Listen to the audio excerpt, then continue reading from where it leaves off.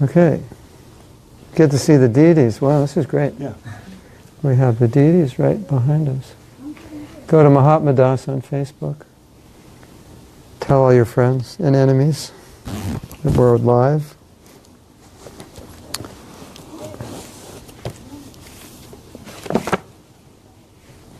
So, fifth canto is nice because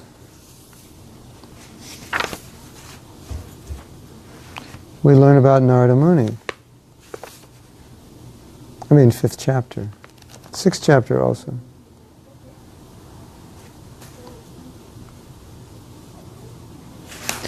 So Narada Muni tells about his life, which is nice.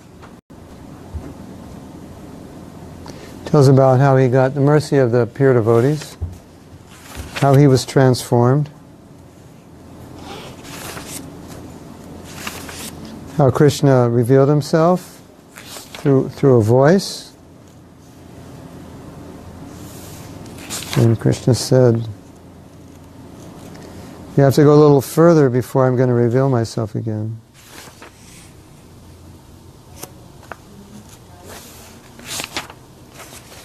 I like that part. Let's see if we can find that.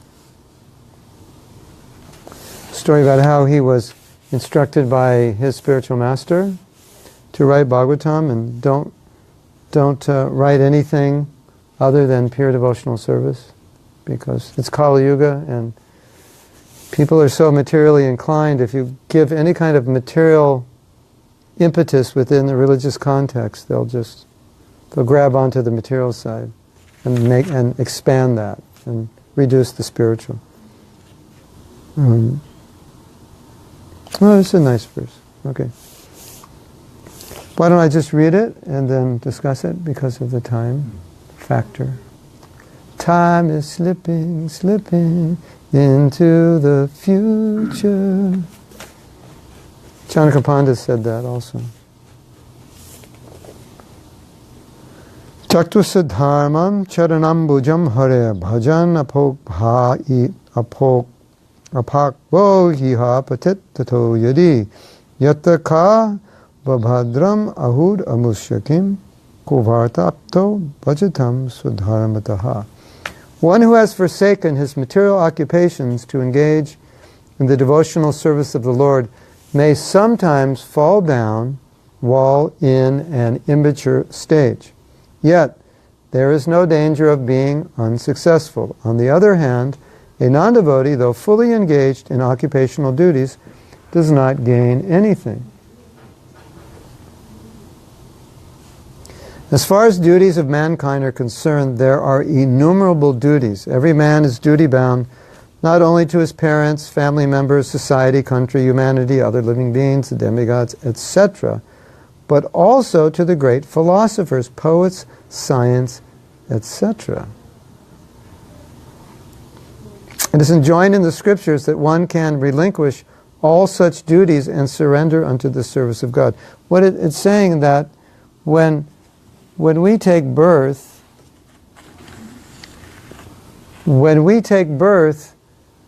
we become obligated to all the people whose lives we depend on and all the people who give us gifts. So, you studied Shakespeare in school, now you have a debt to Shakespeare. If you studied mathematics, you have a debt to Pythagoras, whoever brought mathematics to light, and the demigods that are providing the air, the earth, the air, the water, the sun, and so forth. And to your parents, to the sages who've given you Shastra, we're like totally indebted. And,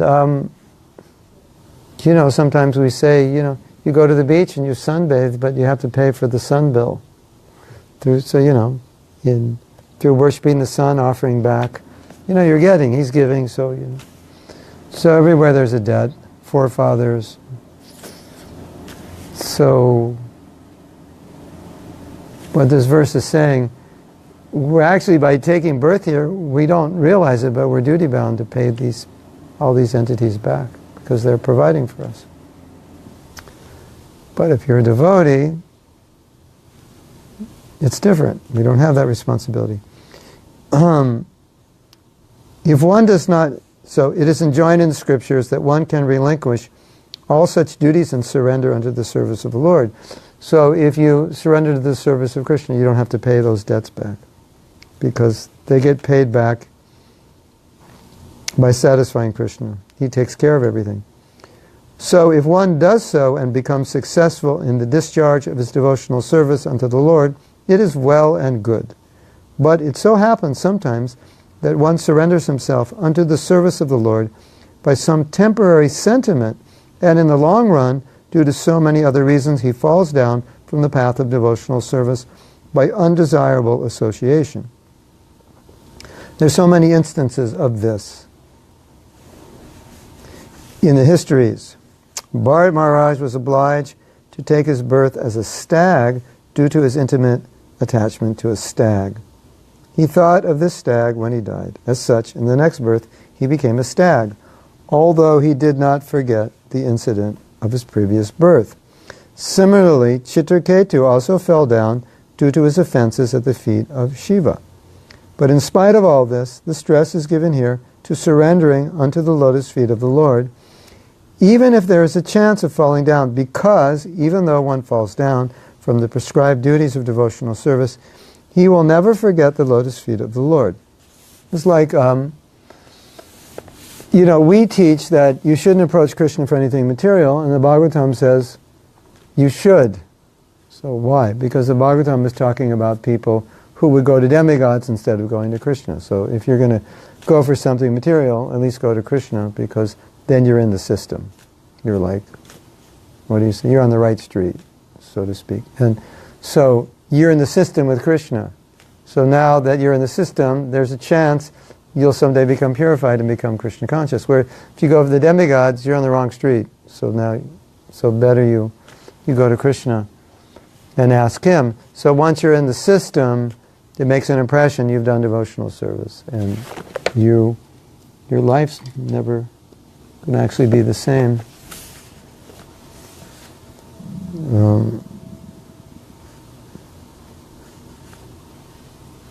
So here what this verse is saying is that devotional service makes such an impact that it says you won't forget. And then you might say, but I know devotees.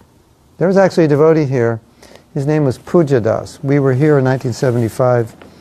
We had a house somewhere, I have no idea where at this point. But it maybe 10, 15 minutes from the airport. Wherever the airport was in those days, I don't know. Everything, same place? Or it changed? Same place. So we had a house, and we had, I think there were 3 men, and we were doing book distribution at the airport. And we had one man, and he would stay back. And he was named Pujana. And he would wash and clean and cook like that. And then one day he left, and I don't know, became a Christian or something, lost faith. So you might say, well, it says one will always remember Krishna. Well, Pujana, I haven't seen him since 1975, so he hasn't come back yet. But then Krishna doesn't forget. So maybe we'll forget, but Krishna won't. And maybe when Pujana dies, his whole life will flash and he'll remember his devotional service. Maybe that will stand out in his mind more than anything else. That's the most special. Who knows?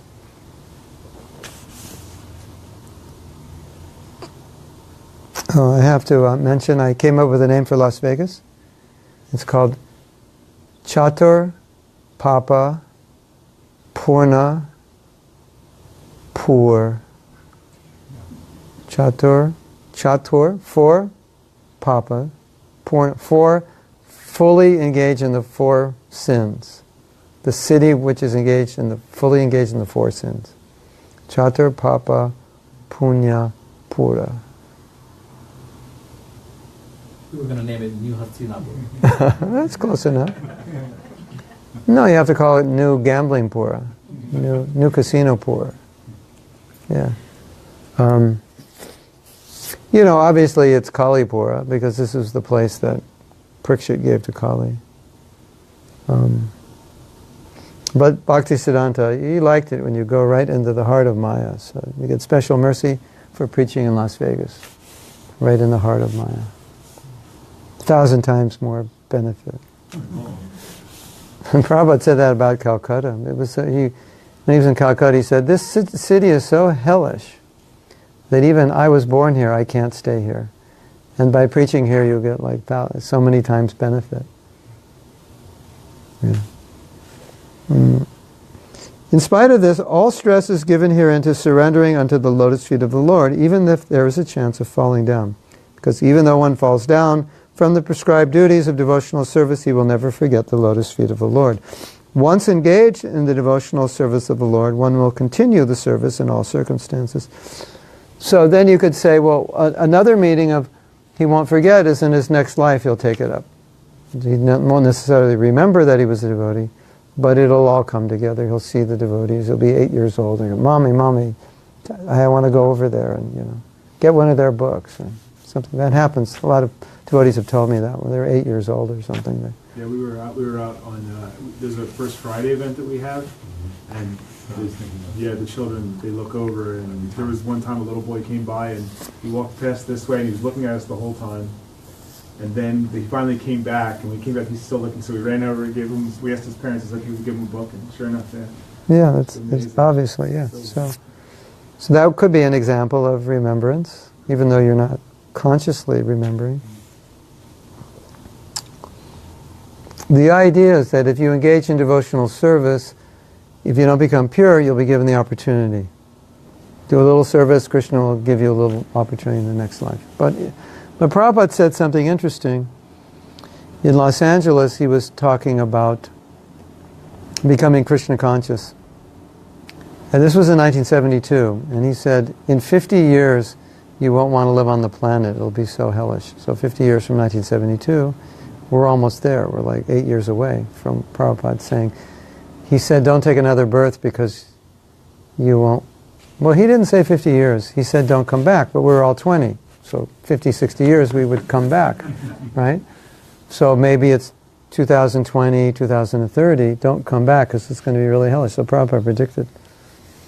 He's just saying don't come back. It's going to be so bad you can't imagine how bad it's going to get within 50, 60 years. And then he said something really interesting. He said that Krishna says if you don't complete your Krishna consciousness, you'll come back in a pious family or a wealthy family. And he said, but if you come back in a wealthy family, there's every chance you won't be a devotee. Because you're so wealthy, then you just have it too good. And so I thought that was very interesting. You're saying you're a devotee, but you become wealthy, it's not a guarantee. So Prabhupada's point was, now, do it now while you know you can do it, because in the next life, maybe your father will be a multi-billionaire and you'll be driving, Maseratis when you're 16 and, every girl in the city wants to, drive with you and, forget Krishna. You could say that all the wealthy people have done some devotional service or extreme pious activity, so therefore you would think they would become devotees, but Bhagavatam says wealthy people have the hardest time. Even the Bible says that. Wealthy people have the hardest time. Easier to get an elephant through the eye of a needle. So I thought it was a nice lecture because Prabhupada was saying it's like, you might say, oh, I'll do it tomorrow, and say, no, everything's here, it's set up, finish now. They're like, we can do it next week. No, everything's here, all the ingredients are here, let's just cook it now. It's all here, let's do it now. That's what Prabhupada was saying. And maybe there'll be a flood and your house won't even be here next week. You don't know. Just do it now. Something like that.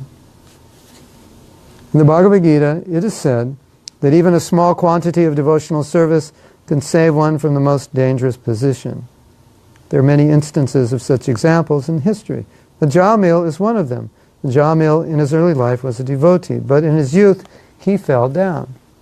Still he was saved by the Lord at the end. So Bilva Mangala Thakur also, he was a Brahmin when he was young, and he deviated, and a Jamil was a Brahmin. And he deviated, and Krishna arranged that in the end they would get devotional service because Krishna doesn't forget the service someone does. So my personal realization is, if you want to be Krishna conscious, Krishna won't forget you. I think we were listening in the lecture where Vaisheshika Prabhu was reading how Krishna's in the heart, and Krishna's always trying from within the heart to help us. He never gives up on us. We give up on ourselves, he doesn't give up on us. So if Krishna's always ready to help, so then we just have to want it, and then he's always there. It's not like, oh, Allison, you've been in the material world for like 7 trillion quadzillion lifetimes. I've given up on you. You're like useless. No, it's never like that. As long as you don't give up on yourself, Krishna won't give up on you. He'll never give up on us unless we give up on ourselves. So therefore, Ajamil, really, really degraded. And Krishna arranged that he would name his son Narayan. That was Krishna, like why did he arrange? Why did he name his son Narayan? That was inspired by Krishna. That was mercy.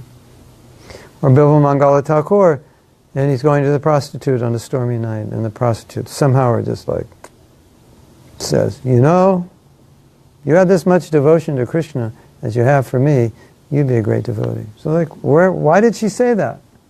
He was there, risked his life to come see her, and she's just spontaneously said that. That was Krishna. And he got it. The way she said it, the circumstance, he got it. He said, you're right, that's it. My material life is over, I give up, I'm going to Vrindavan. So that was Krishna saving the devotee. Yeah. So,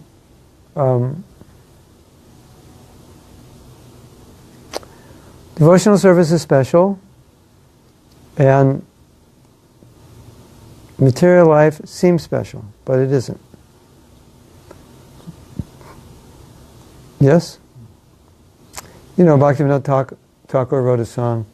He said, the dazzly, and he said, alas for those who spend their days in festive mirth and joy, the dazzly, deadly, liquid forms, the dazzly, like dazzling, everything's that, like, it's like he was probably talking about Las Vegas. He probably saw Las Vegas.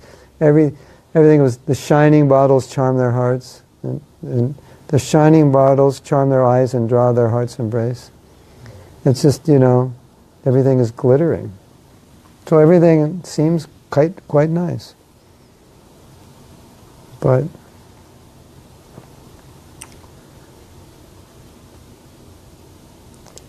it's amazing how nice it can seem, isn't it? Like, you were born in India, Even I went to India in 1975, only 1 month. I came back to America, I forgot what America was like. I was like, oh my God. It's like, this place is like the heavenly planet, So, it's like, it's just incredible. Even Prabhupada, when he came, he said, America, Silk Roads, everything, everyone's beautiful, wealthy. Even he was like, wow.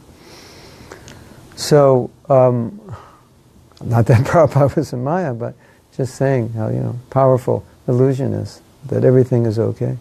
So, basically, Maya's program is to make everything beautiful, and everything's okay. And Prabhupada's program is to pop that bubble. It's not okay. Even if it looks okay, it's not okay. And nobody wants to hear that.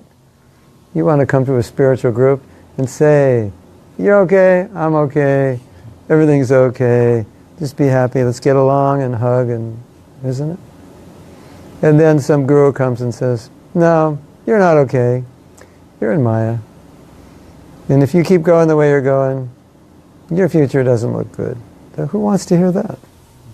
Right? And that's the duty of the guru, and that's the duty of Bhagavatam. That's what they do. And we need that, isn't it? We need, Prabhupada once, I was told, said something which I find quite amazing. He said, he was looking at a magazine, I think Newsweek, and he said 2 things. He said, by looking at these magazines, you'll see the faces of the politicians and you'll become polluted by seeing their face. Isn't that interesting? Like, don't see their face, because they're, Yeah, they're of a certain caliber, and you could become polluted. And then he said, don't look at the magazine because it makes everything in this world look real. The world, this is not real. It's not a real home, but it makes it look real. It paints a picture. And that was before Photoshop. So what about now? And this morning I was reading something for teenagers, because it said 78% of the girls don't like their bodies. The high school girls, they don't like the way their body looks because they're looking at airbrush photos of a rare breed of girls who eats toilet paper for breakfast so they don't get fat and things like that, and has professional makeup artist and then going to Photoshop, and so they think they're supposed to be that way. So that's kind of that's the way the world is, kind of an illusion that can never be achieved. So, but anyway, I think this verse is encouraging that even if we don't become Krishna conscious, at least Krishna won't forsake us, and we'll have some connection, and therefore, just do it. So why don't we stop? You have any questions, comments, arguments, points to debate?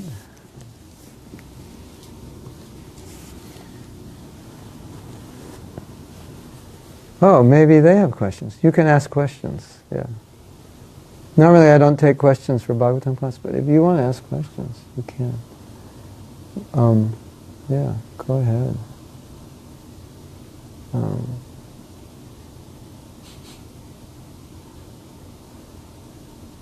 Uday, that reminded me of a story when you were saying that everything is okay.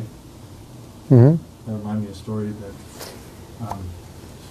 Hridayananda Das Goswami had told, that before he met Srila Prabhupada, he went to sit in on a guru that was from India, and what he said is after he sat down in this group... Was that Mayor Baba? Maybe. I don't know if that's the story. But he said the words out of his mouth were, everything is okay. Yeah. That was his line. That was how he... It's interesting because when you become self-realized, then everything is okay. But until then, it's not okay because you're in Maya, so therefore it's not okay.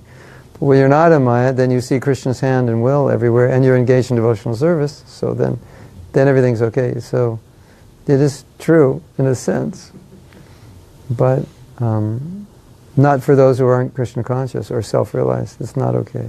Not yet. Not yet okay.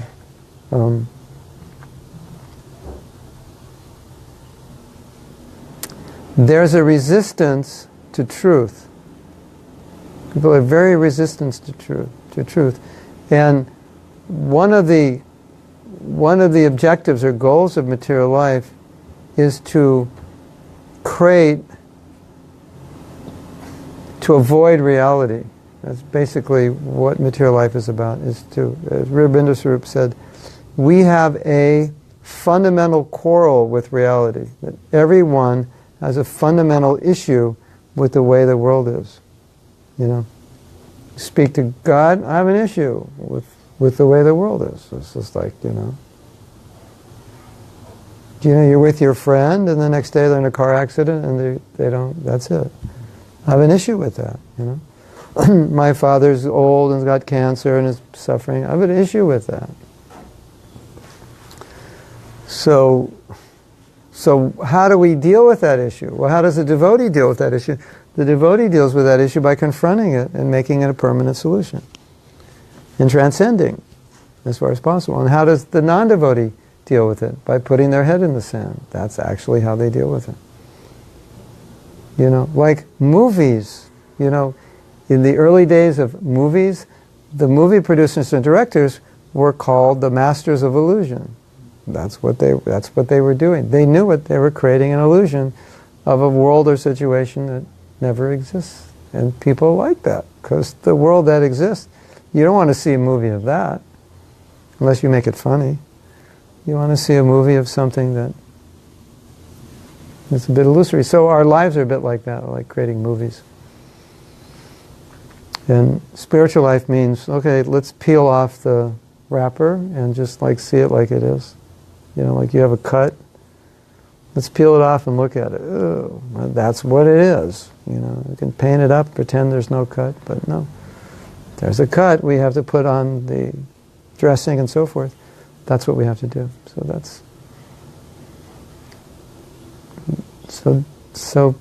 that's why people are resistant to truth, because if what we say is true, then it's like the fun's over, and you're gonna have to do something about it, right? So I'd rather not believe you, because then I can still have fun and not do anything about it. So that's reality. Yeah? Someone said this is, we talked about this before, that this is a pessimistic view of Yeah. right. And they don't like this pessimistic view. Yeah. Yeah. Well,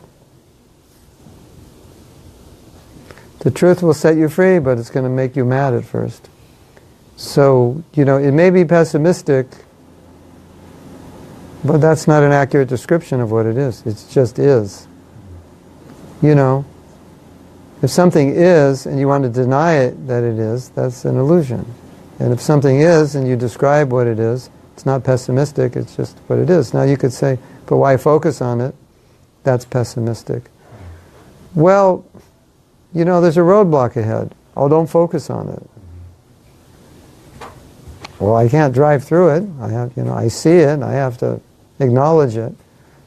So, no, you're pessimistic. You know, just keep driving. You know, that doesn't make sense. So that's the idea. No, it's just realistic. Not pessimistic, realistic.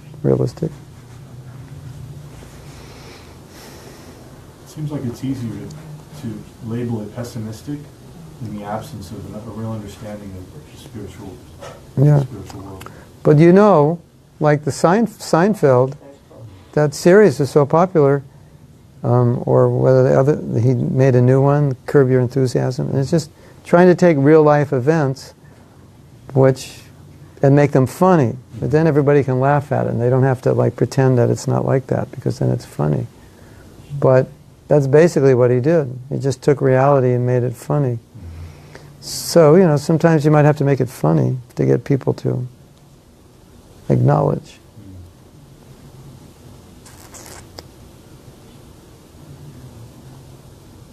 Don't you just hate it when? Yeah. And say something funny, and then it's okay. Then now you're not pessimistic, you're cool. Right? Yeah. That's an interesting point. Yeah, but that's what a lot of comedy is, being totally realistic. But it comes out funny, so nobody thinks it's pessimistic. It's what it is. I can laugh about it. Yeah.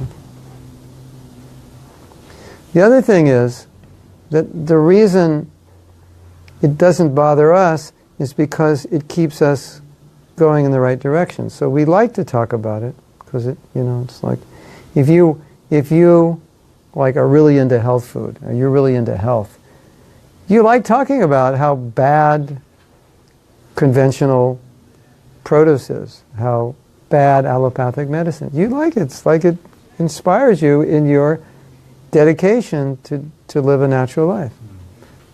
You like talking about how they're destroying the earth, how they're growing food with 3 chemicals and, this and that. So in the same way, we don't mind talking about what's bad because it just reinforces why we're doing what we're doing.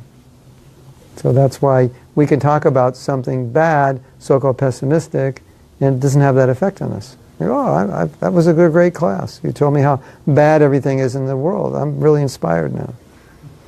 But for someone who's a materialist, that doesn't inspire them, because that's all they know. Right? Isn't that funny? I once gave a class, it was like a 5th canto, the material world is like the worst place you want to be, 24/7. And it's just talking about how bad it is. And everyone said, wow, great class, I'm inspired. But no non-devotee would be inspired by that. They'd all come out, where's the Prozac? That was like, I can't stand hearing that. Right? Isn't that funny? Like we're all, wow, fantastic class. I'm super inspired. You know, that description of the hellish planets, yeah, that's like inspiring me. So, but, you know, non-devotees, obviously, that doesn't inspire them. Right? Yes? There is a question Okay. here on Facebook. What do people think spiritual life is all about? Positivity and being nice? Well, spirituality is about being positive and nice, that's for sure. We have questions here. It's not that we're all negative. You know, if anyone says we're negative, just say, we're just realistic. It's just the way it is. And if you're not realistic about a problem, it's going to catch up with you. And you want to pretend the problem's not there so you can be happy. That's happiness by ignorance is bliss happiness. So that's not real happiness, you know. You know, like, I have a test tomorrow and I haven't prepared, but I'm just, you know, going to drink wine all day, you know, and forget about it. You know, but I'm going to be pretty miserable when I start taking the test and kicking myself that I didn't, you know, study. So, when somebody sent me Steve Jobs, you know, we were talking last night about Steve Jobs' lamentation about just being focused on making money. And someone, I didn't read it, someone sent me a video of him talking about that. So you see, the problem is that we are conditioned to enjoy. We're conditioned to enjoy, like for millions of lifetimes. So if somebody says you can't enjoy, it's like, wait a minute, you can't tell me that. You know, I've been doing this for like 10 zillion years. So we don't like hearing that we're not the enjoyers, do we? I have some really bad news for you, Allison. You're not the enjoyer. I just have to break the news to you. I'm sorry to say, you know. Like, what do you mean? You know, I just bought a new car and I got a new apartment. I'm getting a new sofa tomorrow. What do you mean I can't enjoy? And if you practice devotional service long enough, then you realize the real enjoyment is that you offer that to Krishna. Otherwise, you can't enjoy it. It's not possible. Matter was not meant for our enjoyment. The living entity is spiritual. He can't actually enjoy matter. He can only enjoy the illusion that he's enjoying matter. But he can't actually enjoy it. Here's some matter. Can it make you happy? No, you have to create some illusion, so for a few hours you think you're happy. But it doesn't actually make you happy. Well, it makes you forget how miserable you are, and that's calculated as happiness. Right? Anyway, we understand all these things. Did I answer a question, or I totally avoid it? Yeah, there's another question that my colleague don't have any idea about Krishna consciousness, and some days ago, because of her problems, she is constantly saying she wants her soul to be peaceful. Yes. Would you please tell, in this case, as first step, what can be done? Eat a lot of prasadam. You see, the problem is, if you want to be peaceful, you won't be.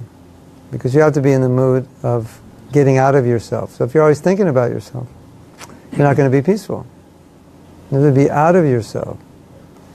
There was one psychologist, he was asked, if I feel that a nervous breakdown or a depression is coming on me, what should I do? He said, go to a poor neighborhood and find some people to help. That'll cure it. So we're self-obsessed in our culture, you know, rich people problems, and, you know, oh, they sold out of the, you know, the $3,000 Gucci bags that I had my eye on, and now I come home driving my Maserati home to my Bel Air home totally depressed. Yes? Yes? Is it possible to live in Bel Air and be depressed? It is. Yes, of course. Because I'm thinking about myself. So to be peaceful, we have to stop thinking about ourselves. Number two, to be peaceful means you have to be free of desire. So if you have desire, how can you be peaceful? Because you're always thinking about what you don't have.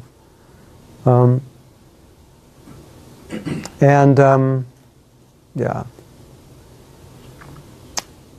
There's many people in the world who are envious of what we have, would give anything to have what we have. And then we're looking at the person in the next neighborhood over thinking what they have, I don't have.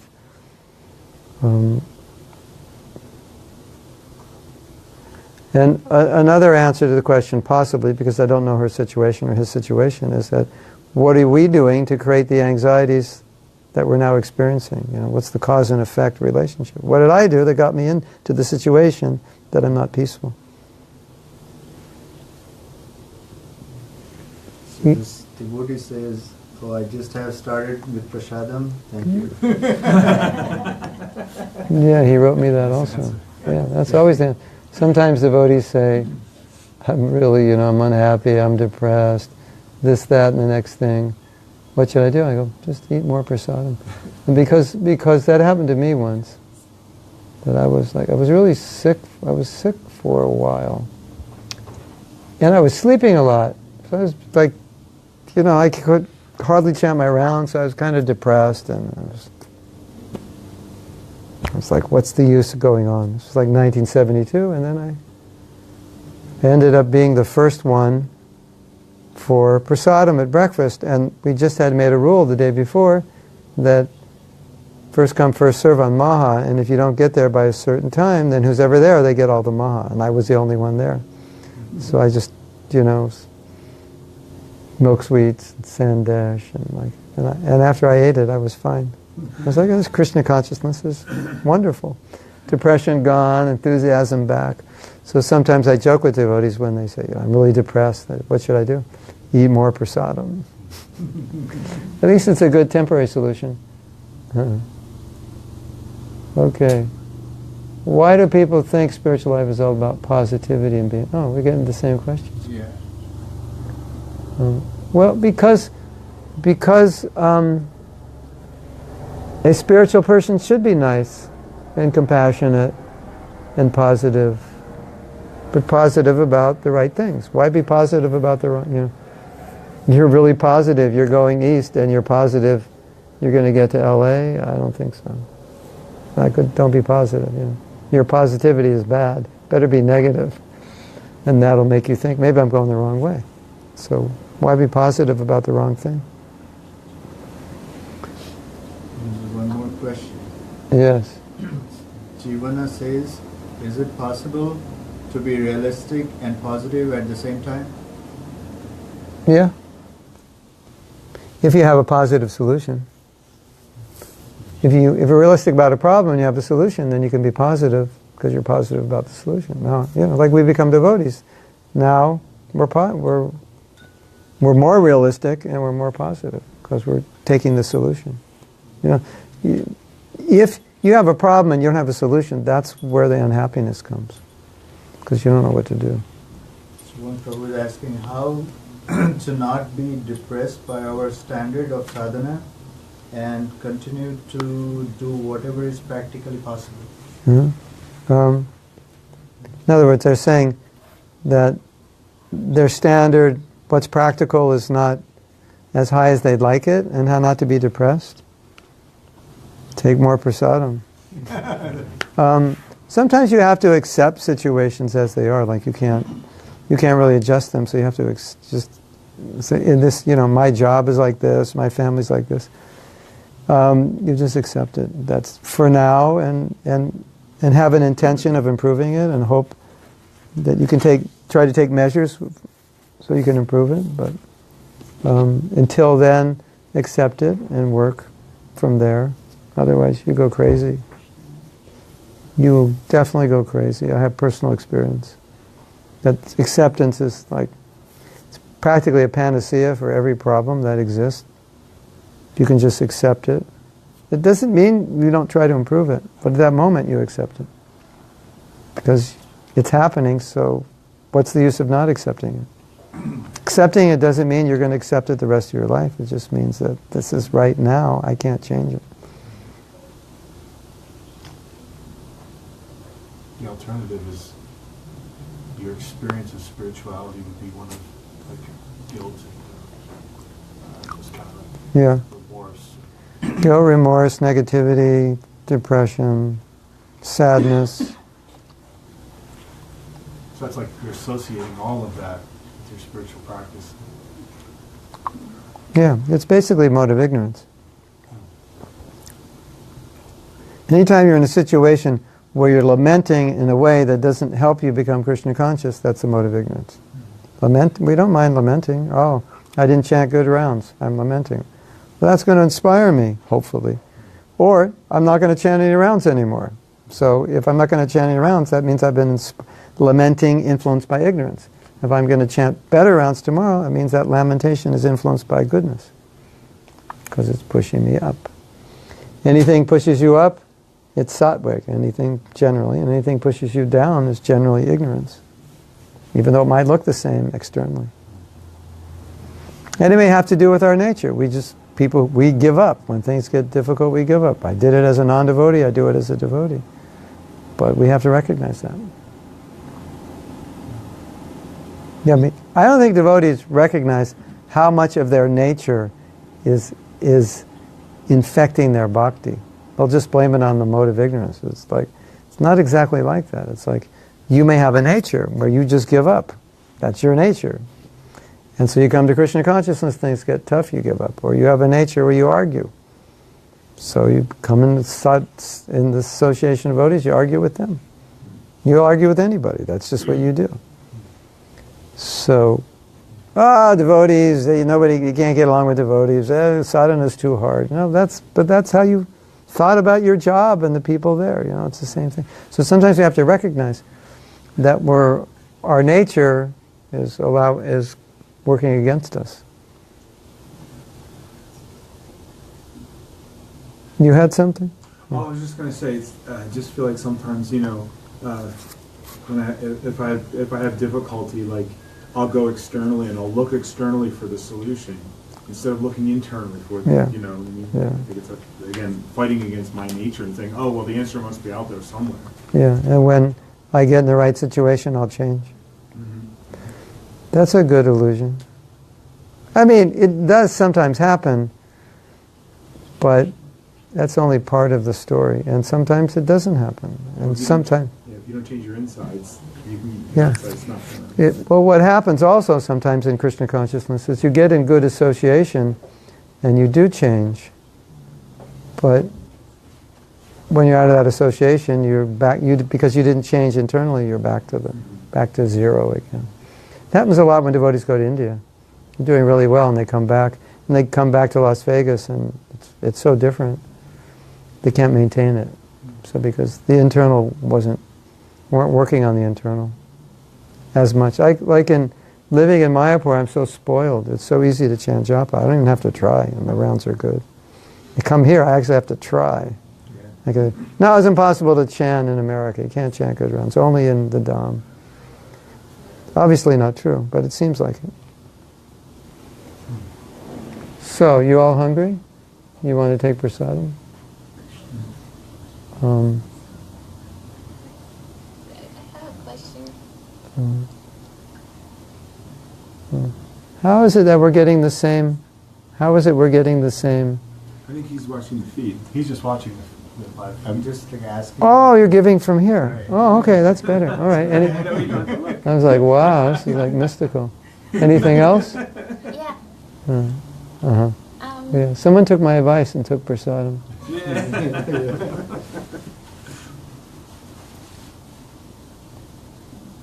We'll hold your question for a second. You have the other questions? You see them? Is love and separation from Krishna real happiness? It's beyond real happiness. It's ecstasy. Is it possible to be realistic and positive? Oh yeah. We got that one. How to not be depressed by our standard sadhana? We got that one. I think we got it. Self-acceptance. Like you may not be a pure devotee, but you are what you are. So just accept and work from there. Work up from there. Yes? So when you say that we can ask Krishna For money? to fulfill our desires, but when I do that, I feel bad because I don't want to bother Krishna with my things. Yeah. But What when are he you says What are you that asking is for? true- What are you asking for? Why you're asking for pure devotional service or a new set of earrings or what? Yeah. If you're asking for pure devotional service, he's not bothered, he's pleased. But sometimes it's not devotional service, it's other things. What is it? Material things? Good. That's not ideal. Unless it's helping your bhakti. You can ask Krishna for anything if it helps your bhakti. But sometimes material things help your bhakti. Right? You know, a lot of young women sometimes pray to Krishna to find a good husband because they know that'll help them. So it's not like an ordinary woman asking for a husband who wants a rich, famous husband so she can live in a big mansion and have social importance and so forth. So if it's because I want stability for my Krishna consciousness, then it's different. It's, maybe not the highest level, but it's the level you're at. So you have to pray according to where you're at, but you try to pray in a way it's still within the parameters of pure devotional service. This is for you, Krishna. I want to dedicate it to you. This will be better.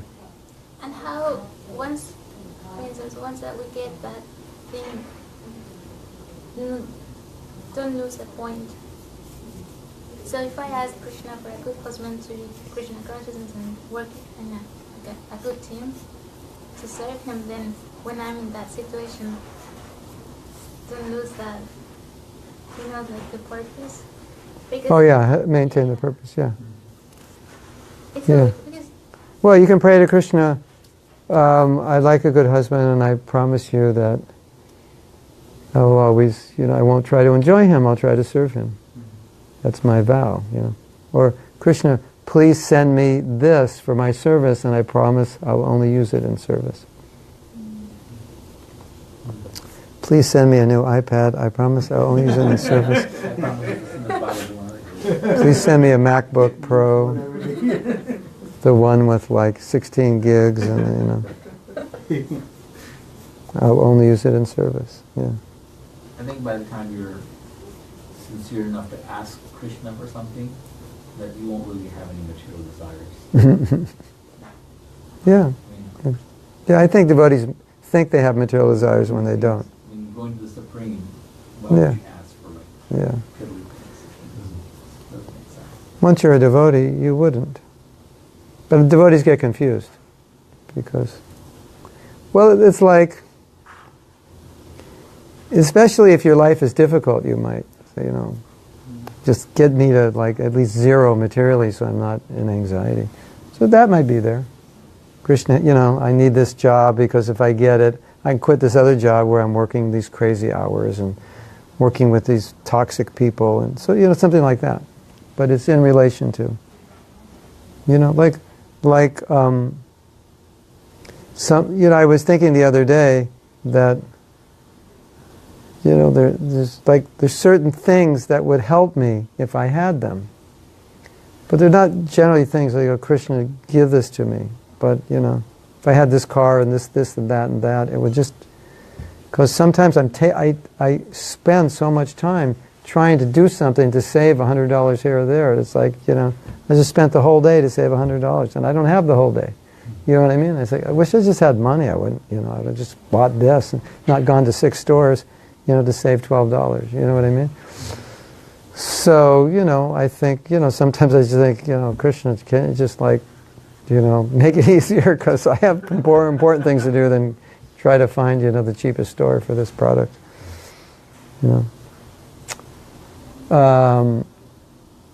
Chaitanya Chandra says, what about when the body gets older and energy goes down?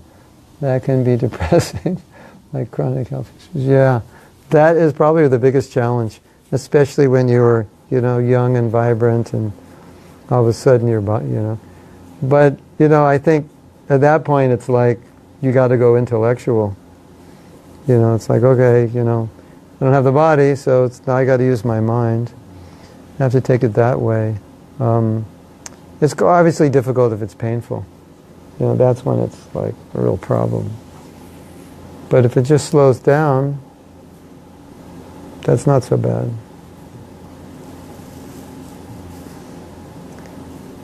You know, I think in the body when we're suffering, it's like, we just see it like, well, you know, my whole life I thought it was a body. My whole life I always wanted to be comfortable. And now Krishna's showing me, you're not the body and it's not really comfortable. And he's putting you into, you know, my father, he died when he was 92. And in 1996 he died. He was 92. And he was losing his sight, he was losing his hearing, and he could no longer walk without a walker. So he'd tell me, like, you know, I like to read, I can hardly read. I like to watch TV, I can't watch TV. I can't hardly hear, can't walk, I can't drive, can't take care of myself. He says, what's the point of living? I'm like 92. So he's not even a devotee. It was nothing spiritual. It was just like, you know, I've lived, you know, up till about 88 or 85, it was okay. But now, what's the point? So, you know, if he had that realization, certainly we should have it when our body breaks down. So that could also be a blessing, you know. Krishna's like, okay, preparing you for death, and now it's like, you're just sitting in this body and you're like waiting to get out of it because it's not like enjoyable anymore. So thank you, Krishna. You know, I can't enjoy my body. So you put me in a situation which is like, I don't want to come back. I'm completely detached. You know, like they say, some people leave their body, but they're attached to their body, so they hover over their body. But you have a diseased body, why would you want to go back into it? Right?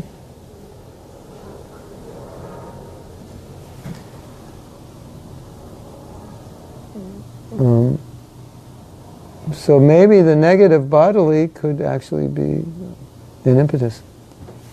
Many teachers say when you become a devotee, Krishna helps you. My question is that when do you actually become a devotee from being a non-devotee? Well, when you accept Krishna as God and you're his servant, that's kind of a devotee, beginning stage of trying to be a devotee. And Prabhupada says in the Gita, when you accept Krishna's instructions, and you're not antagonistic, you're a devotee in theory. That's a type of surrender. Now whatever Krishna says, I accept. Arjuna said, now I accept what you say. That's a kind of surrender.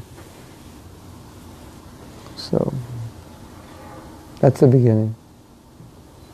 So how do we distinguish material desires from not so material desires in our spiritual life? They seem to be material. Everything for Krishna's pleasure, nothing for my pleasure. I've told before, Vainarati, that over the years I collected, you know, whenever I had a little extra money, I'd buy some recording equipment, and then I established a studio. So after like 10 years, I had a pretty good studio. And then I made a vow to Krishna, I would only use it for Krishna conscious activities. I wouldn't use it just to have fun. So something like that. You know, you might have something, but just use it for Krishna. Make that vow. So we're going to end here because we're sitting in front of a lot of hungry devotees. And they're looking at me and saying, when are you going to stop talking? Because we're really hungry. So I'm going to stop talking. And Hare Krishna to all of you. Srila Prabhupada ki jai. Go Premanandi. Hari Hari.